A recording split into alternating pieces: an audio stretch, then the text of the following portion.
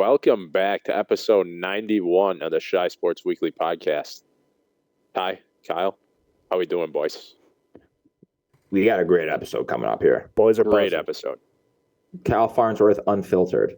Just got off an awesome interview with Kyle Farnsworth. I would argue to say that might be our best interview yet. Oh my, yeah.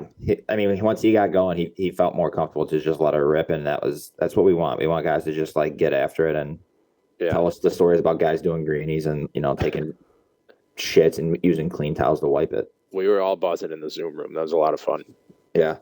Episode 91. Who you got? Tommy Harris. Dennis Rodman. Oh, Dennis Rodman. How do I forget Rodman? That one Jesus legitimately Christ. just came to me as I said the numbers. I didn't even think to look at the Bulls because you're like, there's no 91s. And when I say that, I just think Cubs Hawks.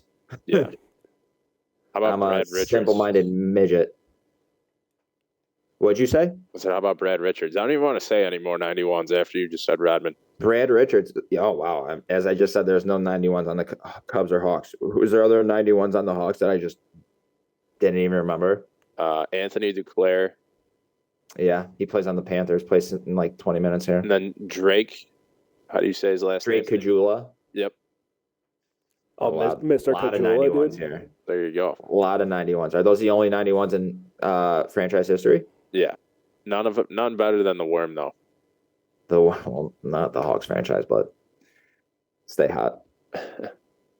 To be honest, I feel like we should just throw it to the interview. Let's just get after it. Yeah, I think we're disrespecting how good that interview was if we tried to talk about any other nonsense. Best one yet. All right, folks, we got an awesome guest that we're excited about today. We got former Chicago Cubs relief pitcher. Some would say he made relief pitching cool in Chicago, Kyle Farnsworth. Kyle, thanks for joining us. How are we doing? Doing well. Thank you guys for having me on. Appreciate it. Yeah, of course. Pumped to have you. So I gotta ask, do you follow a lot of baseball still?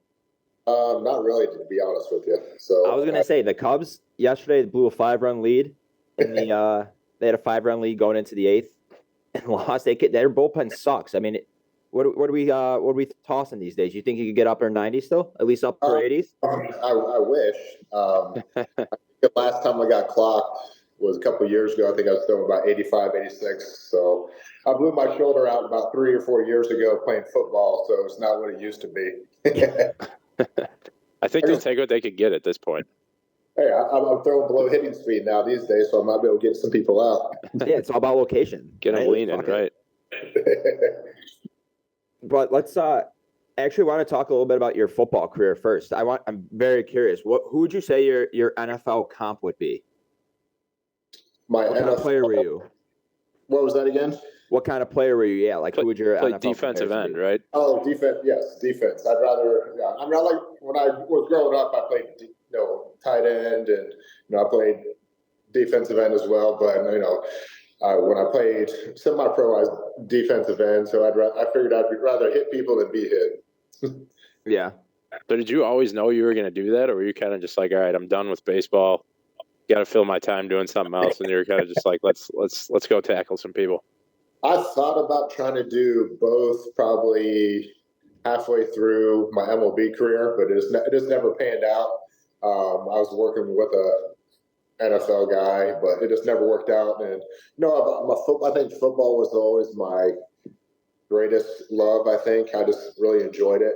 So when I was, my last year, I was in 14 with Astros. I just figured, what the heck? I want to go.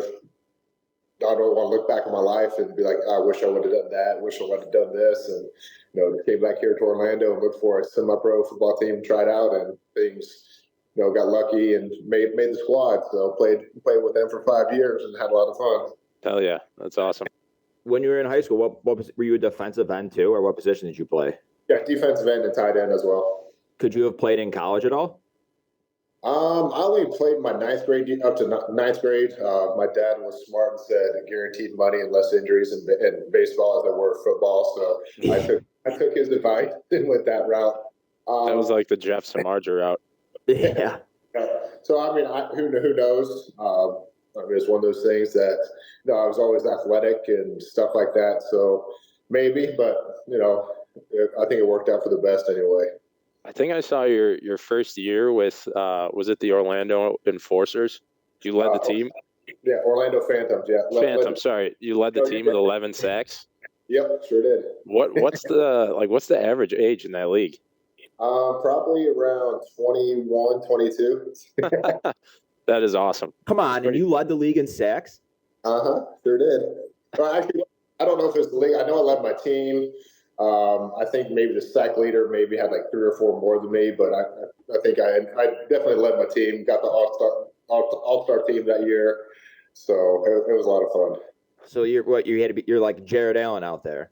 I was just trying to make a fool of myself and get hurt. Just coming off the edge. Well, do you follow football a lot then? You a big football fan? Just fantasy football. So yeah. I mean, I don't watch much sports really anymore. I do fantasy football and baseball, so that's really how I keep up with what's going on with those 2 sports. Well, if you start, I'm not kidding. Stretch that arm out. Cubs might be calling. Their bullpen's dog shit right now. So I did a couple of fantasy camps this year with the Braves and Yankees, and I pitched, and I felt good. I was locating the ball a lot better than I thought, but again, those against fantasy campers, and again, I wasn't throwing that hard, but it was a lot of fun. It brought back a lot of good memories and everything. But I think those days are done and over with, unfortunately. Yeah.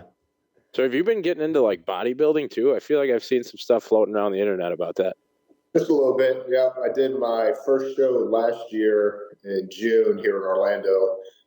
Competed in classic physique and novice, masters 35 and over, and open, and won first place in all 3. Wow. So you're literally you're more than a one-trick pony over there. Trying to stay versatile. That's what you got to do. I was gonna say, how rigorous is the training to be a bodybuilder? Like, are you focused on every meal, every day you're working out? What does that look like? The nutrition is the hardest part. I was always working out a lot. Pretty much 5 days a week.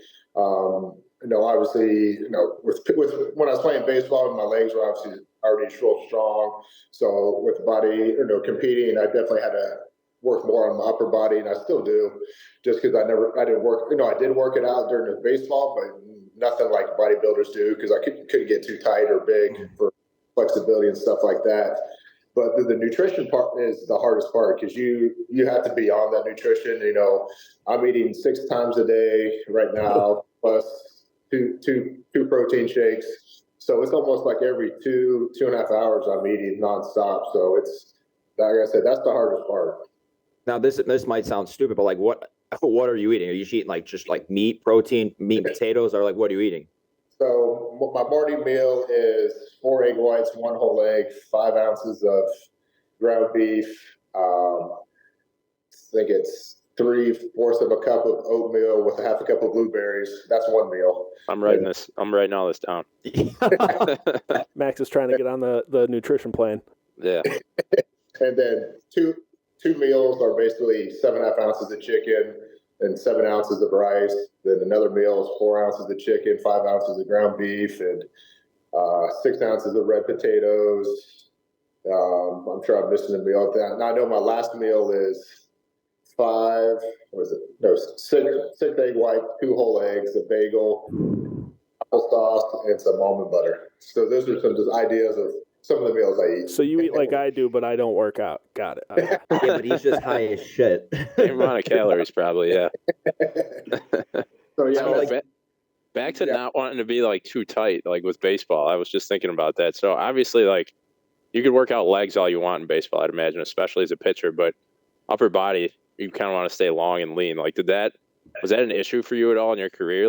Did it get at you, or did you have an itch to get in the weight room and stuff? No, I still did a lot of weight and stuff like that, but I made sure I stretched a lot. I never, barbell benched or shoulder bar bench. Everything was with dumbbells, push-ups, cables, and stuff like that.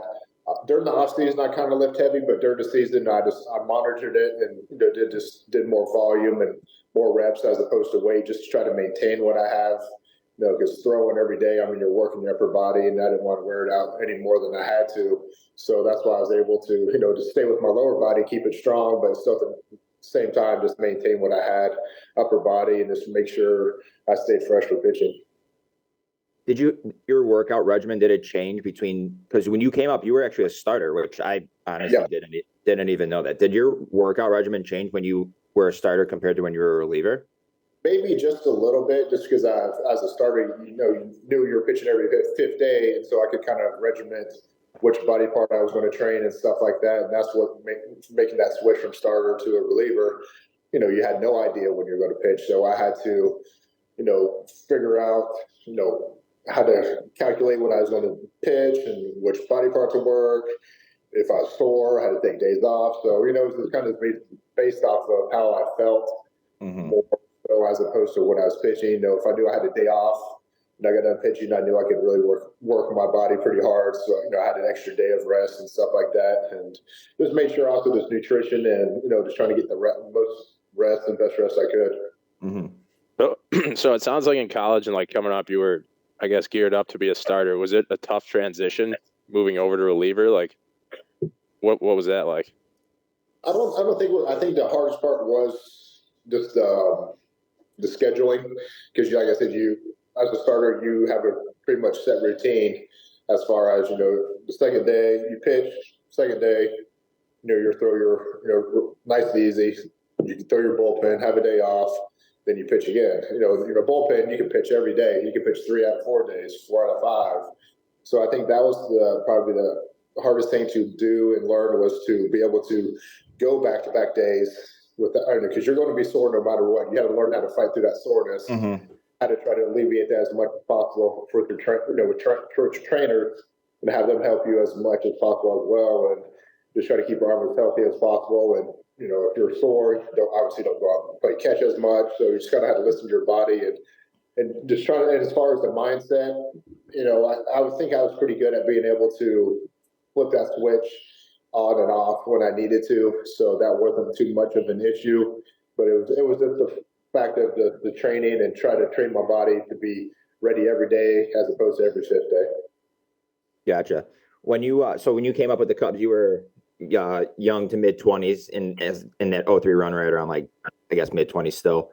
Like, how fun was that? Just like, were you guys going out a lot in Chicago, just like getting after it? I mean, especially in those 03, 04 seasons, like, fuck, the Cubs were winning, and it's like, obviously, when the Cubs are good in Chicago, people go bonkers here. I could imagine you guys just ripping it up.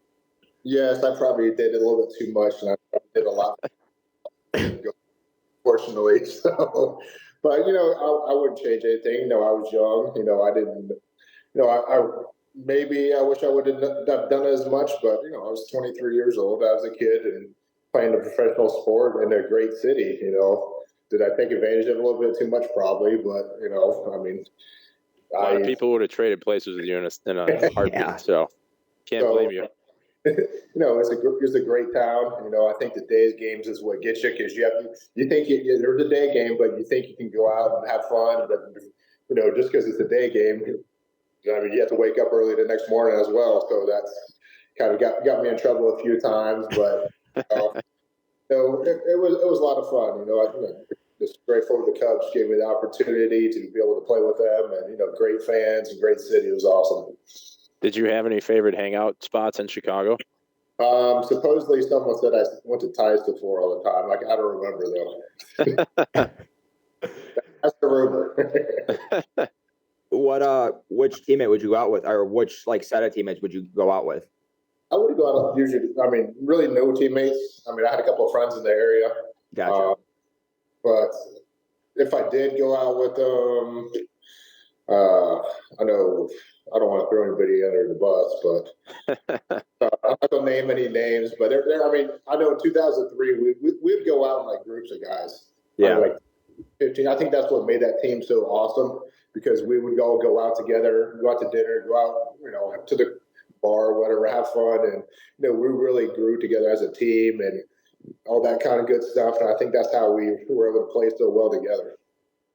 Yeah, you talked about being able, because I was going to ask you about the mental aspect of being a reliever. You talk about being able to flip the switch. Like, what are you guys talking about in the bullpen all the time? Is it like, are you just shooting the shit and joking around, or is it half serious? How does that work? Oh, it depends. So, like, the first couple of innings, we're just shooting the shit, talking just whatever. And then, we're obviously watching the game, and it depends on, if that we're giving up runs or whatnot, or how our guys are doing. So, and then probably around, the middle third inning, we start looking through the scouting report. I mean, we've already done that as well before the game, but we'll get the book and flip through the notes and take mental key points and stuff. And, and if you're a middle reliever guy, you'll start getting mentally prepared for that time. Every guy knows their role and when they have opportunity to pitch. And then when that's gone, those guys kind of just chill. And then the 7th, 8th, 9th inning guys, they start getting mentally prepared and stuff like that. So it's just kind of a, ebb and flow, just follow the game and see what happens. And, everybody knew their role pretty much and, when they could goof around and when time to get serious. For sure. And obviously they used to have the bullpen down the left field line, and now it's underneath the bleachers. Were you a guy that hung out in the clubhouse, or were you always need to be outside on the line with the guys? When I first got put in the bullpen, I had to be out there. But then when I got more to the 7th inning, I would stay in the clubhouse probably until about end of the 2nd, top of the 3rd. I would ride the bike, get my arm loose, do my stretches and warm up in the clubhouse, and then I'd go out to the bullpen and then sit around there for a couple of innings and then get loose again in the bullpens and stuff like that. So that was just when I got a little bit older. That's what I do a lot more of. A little more seniority. The guys at Correct. The top of the pecking order get to stay in the clubhouse. When you were younger, you had to sweat out the toxins from the night before, probably. I didn't say that. You said it. I'm always curious with pitchers, and it's always probably taboo to say, but did you ever throw at anyone intentionally? I'm not. So, and I say this because Wilson Contreras came back last week, and he's just taunting the Cubs, and I was like, God, if I could throw just 97, I would put one in his ear. Right at his hip. Fuck this guy. Did you ever just think fuck this, and I'm just putting him right between the numbers? I did want to, but there's one guy I tried to hit, and I think he knew, and he got out of the way and just hit his jersey. So yes, I did. Mm-hmm. And then the other person, I was told to do it basically, and I was like, yeah. That's not my job to do it, and it put me in a bad situation. And I was like, and I got mad because to me, the person who was getting hit, it was the starter, and he was getting destroyed by his hitter, and he wouldn't take matters in his own hands. So basically, then they called down and told me to do it, and I was like, why? That's not my job. It's the starter's job. Yeah. And so I go in, I throw one behind him. Got things didn't really get heated, but after that, the next 3 batters didn't want to step in the box after me. I'll tell you that now. There's 3 weak little ground ball out, so it kind of worked. But I tried not. I didn't want to hit anybody on purpose. I think I only did once or twice. But still, it's that fear factor that you have to put in the hitter's mind that that I did, and I had no problem doing it when I needed to. Yeah. Something tells me that guy was not thrilled to charge the mound with you standing out there. Just an assumption. I got a hunch about that. Wait, how often would that be, or in today's game, or even when you were playing, how often were guys told to? I mean, I don't want to not hit a guy up high, but to hit a guy intentionally to just brush him off the plate. They really did. We knew when to do it, so we really didn't have to be told to. So I mean, I think I only heard maybe once or twice my whole career in 16 years, probably okay, we're going to hit this dude. So, but besides that, it was, almost the situation called upon him. Okay, this guy did this. Okay, he knows it's coming. Okay, yeah, bam, get it over with. Mm-hmm. Right. So there was really not too bad because the coaches don't want to get involved in it. Because it's our game, and we should be, policing ourselves, and that's what I think has also gotten away from the game now these days. Players can't police themselves anymore without getting reprimanded for doing it anymore. Yeah. Right, for sure. So we talked about your football career. Makes too much sense that you led your team in sacks because your form tackling in that Paul Wilson incident was, I mean, that stuff they should teach. They should show high school kids videos of that for football teams. I'm sure you talked about this 1,000 times, but walk us through what happened that day, if you don't mind. Of course. So what I found out afterwards, It's obviously in Cincinnati and as a day game, Pryor versus Wilson. So I didn't know that Pryor hit Jason LaRue, their catcher. So that's what led up to Paul Wilson to hit Pryor. I honestly had no idea. And so I come into the game, I think it's the seventh inning. I think we're losing 3-1. I already have a guy on first base I think there's no outs. So Wilson comes up, he's squaring the bunt, and then the ball just runs up and in on him. And I think that's the days when people took greenies. So I think he was kind of amped up on greenies a little bit, which didn't help his cause that inning. So I guess he took offense and thought I was actually trying to hit him because he hit Pryor. And, so the guys run into second. So David Miller wants to go get the ball. So just my natural reaction was just to cover home plate because it's unoccupied. Mm-hmm. He thought I was coming after him. And he goes, "What the fuck are you throwing at me for?" I was like, "Fuck you, motherfucker. I'm not throwing at you." Bat down and come running at me. And I just reacted through my glove, went after him. My dad always taught me to eliminate the threat as quickly as possible. So I did. And just picked him up, ground and pound, and covered my head after that because everybody's just dogpiling on you. Oh, man, that was awesome. The best part about the video, I saw it in slow motion recently. As you have him by the waist, like midair, he just looks back, realizing he's like 4 feet in the air and he's going straight on his back. A lot of people say that just the look on his face when he's going backwards, like, "Uh-oh, I just messed up." Have you talked to him since at all, or after that incident? No, I think they came to our play up to Wrigley like a week after. And I knew another pitcher on the other team, Phil Norton. I came up with him with the Cubs, a left-handed pitcher. And I was going to go talk to him, but I was like, I'm just going to let it be. No hard feelings, But, besides that, I never talked to him after that. Did you know him before that at all or no? No, I never met him, never even saw him like in the weight room or anything like that. Never saw him after. So the only meeting we had was right there in the game of play, and he got the bad end of the stick. He learned his that's lesson. The heat of battle right there. When you're at the bottom of that dog pile, honestly, how does that just when there's a million people on you, does that just kill? Or are you just in such a you're just zoned in on adrenaline rush out of this guy? Yeah, you just got to cover up and hopefully no one steps on you and kicks you. A lot of bad stuff happens because I got into another altercation with Detroit. The same thing kind of happened. Uh-huh. And I actually have spike marks on my forearm where one of the Latin guys was trying to stomp on my head. And thank goodness I had my head. Yeah, I had my head, my arms over my head, and I had the scar. And I was like, Joel Peralta was on Kansas City's team at that time, and I played with him with Tampa. And he told me about it. I was like, "That's what happened?" He's like, "Yeah, Poppy. And the guy was trying to step on your head." And I thought someone accidentally stepped on me, but no, he said he was trying to stomp my head with his spikes. I was like, so those metal cleats, that's no joke. I know. So yeah, when you get on the bottom of those piles, you got 10, 15 guys on top of you.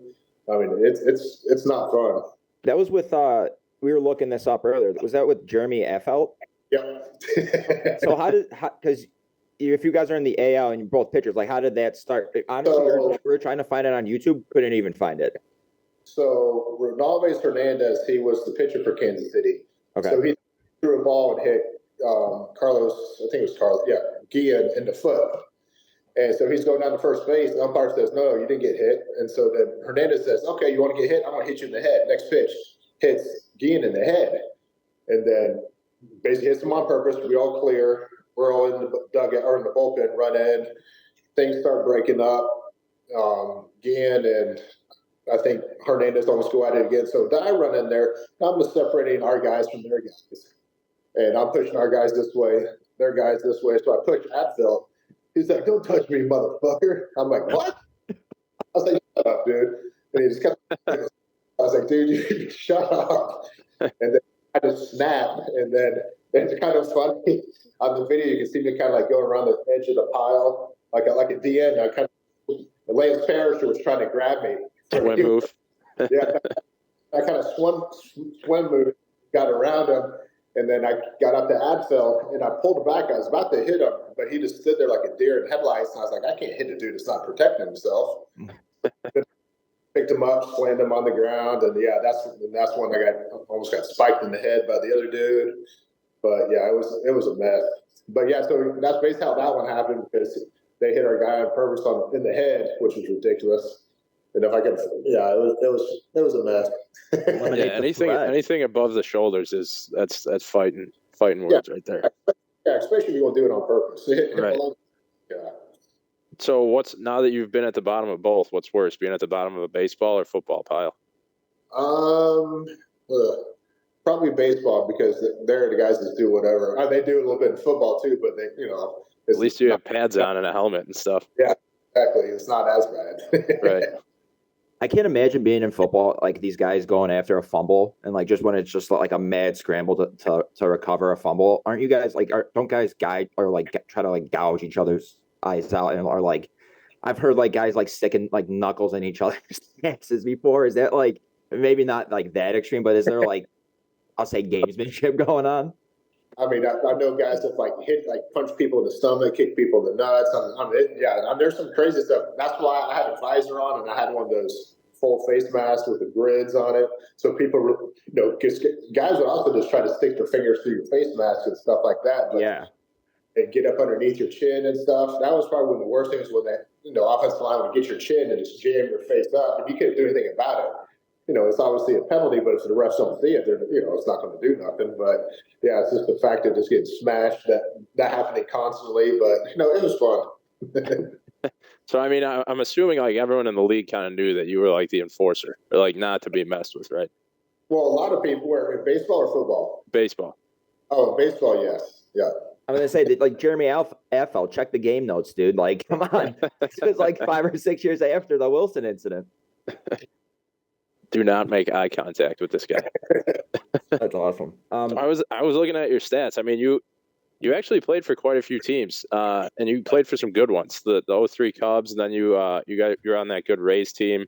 And the Braves too. Who was your favorite team to play for? Like, I would say the Braves, just because I grew up in the Atlanta area, about 30 minutes north of there. So be able to play the home team, it was just kind of a dream come true, and just just something I enjoyed doing, just because it's my hometown, and my family was able to come down a lot more and see me in person and stuff like that, and I was able to stay at home as well. So grew up watching Dale Murphy, and being able to talk to him a little bit as well.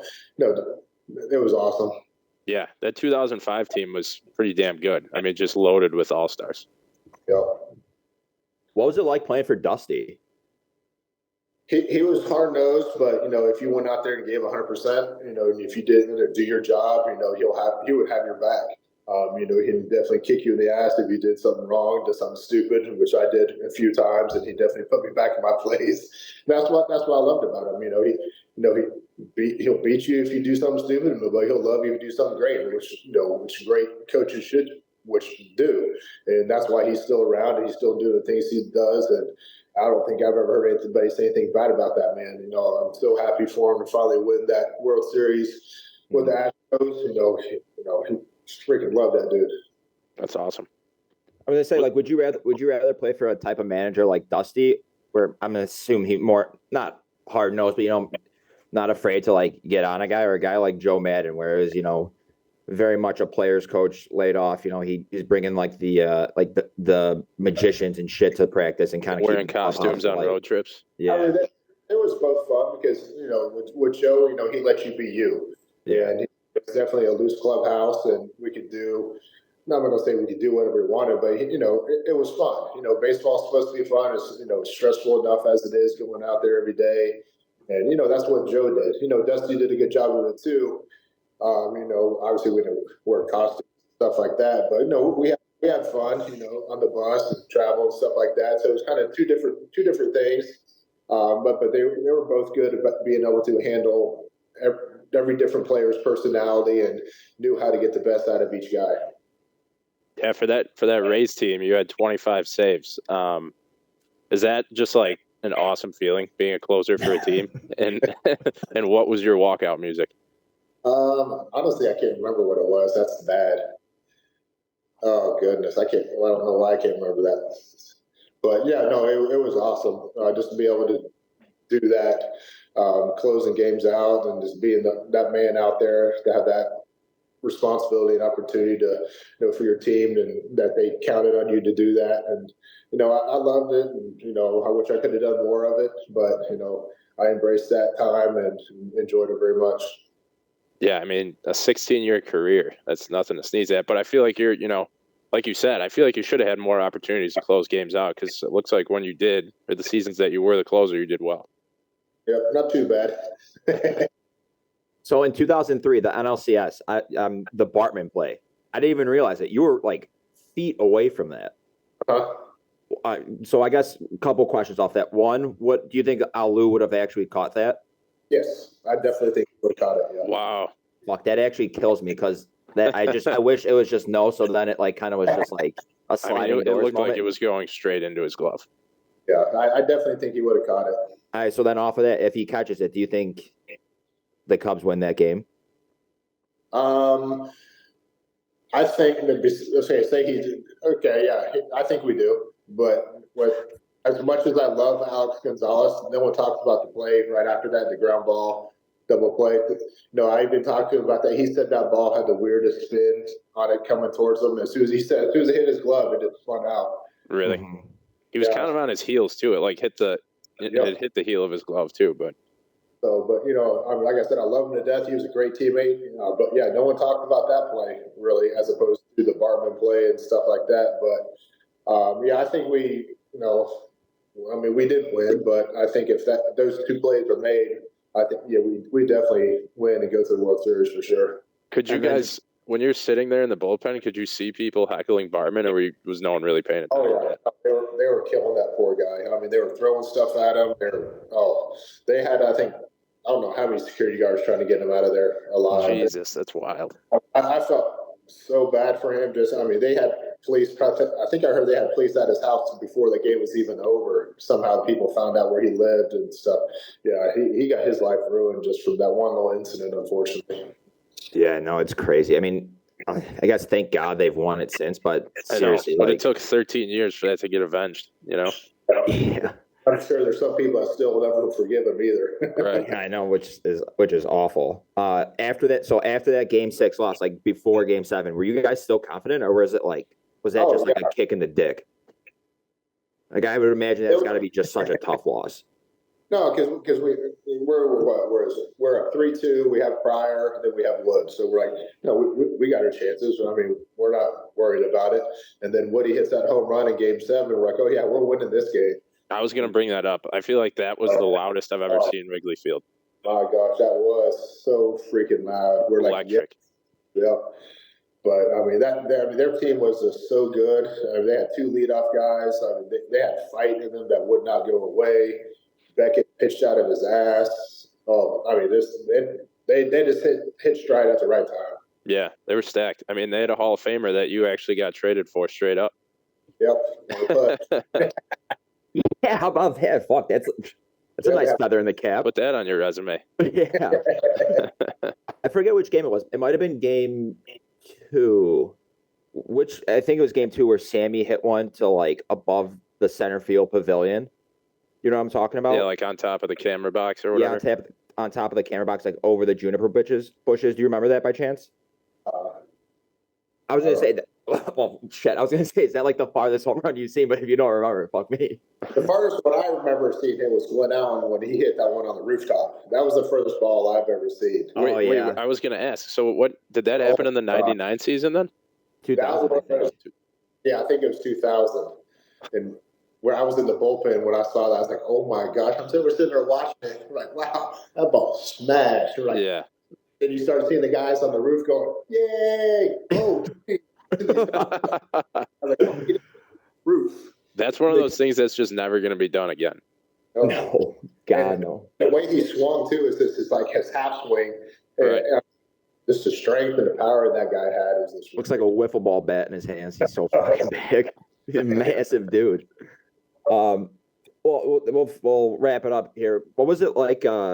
I mean, in with your Cubs career, you played with Sammy. Then in 2004, you played with Greg Maddux. Do you have any good were you interacting with those guys? Do you have any good stories playing with those two? I mean, they're Cubs legends. No, I love Sammy. You know, some people don't like him just because he was loud. You know, he had his radio and all that stuff. You know, he took me under his wing for some reason, and you know, he helped me out while I was there with the Cubs, and you know, just made sure everything was all right with me. And you know, I appreciate him for doing that because he didn't have to do that. You know, he's so much bigger than I was, and then Greg, that guy's just a whack job just to fix stuff. He'd pick his nose and wipe it on people's backs and stuff, pee on people's feet in the shower. Yeah, didn't he piss on rookies?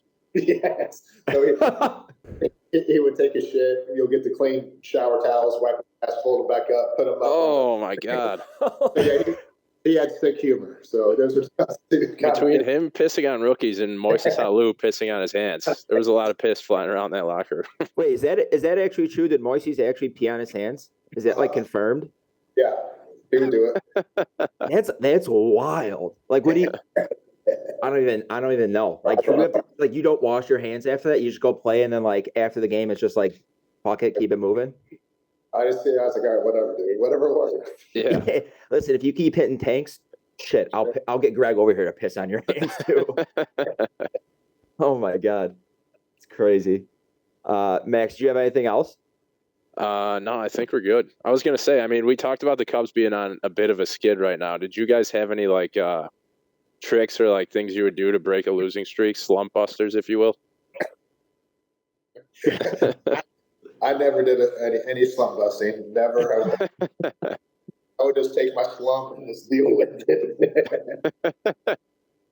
I'm trying to remember if there's some things.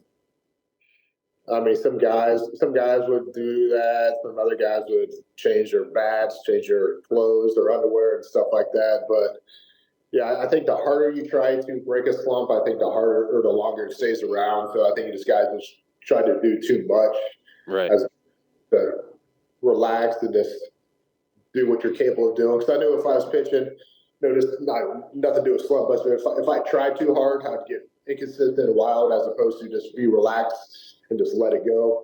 So I mean, game's hard enough as it is. The less pressure you can try to put on yourself, the better it is. So I know guys try harder when they're not doing as well, and that can definitely turn into a snowball going downhill real quick if guys aren't careful. You just described my golf game. Well, I think that's it. I think we're good. Yeah, no, Kyle, that was awesome. Honestly, I mean, we're both like huge Cubs fans, and I mean, I think we were like only 10 years old for that 03 season, but I mean, that's like our first like. It was like the sweet spot of our childhood Cubs fandom. Yeah, I mean, mean, the Cubs, you know, you guys were and still are superheroes for sure. Appreciate it. Thank you. But yeah, thanks for coming on. That was awesome. No, thank you guys for having me. I'm sorry it took so long. Do you have anything that you want to plug, you know, as far as what you're doing in life, or? Actually, right now I'm in a contest to be featured in Muscle and Fitness magazine. I think there's like 7 rounds, and I think tonight round 3 starts, and I have to be in the top 10 or top 15. So there's a link if I can send you guys that have people vote for me. That'd be awesome. Is it on your Twitter? And it should be on my Twitter. It should. I know I reposted it. So, and I think I'm currently in first place at the moment. So. Hell yeah. Perfect. Just retweeted it from the account here. Oh, thank you. Apparently first. There we go. I love it. Awesome. Good luck, man. You're officially a reoccurring guest on the Shy Sports Weekly pod. That'd be great. I appreciate it. Be more happy to do it again. All right. Thanks, Kyle. Have a good one. Yeah. Thank you very much.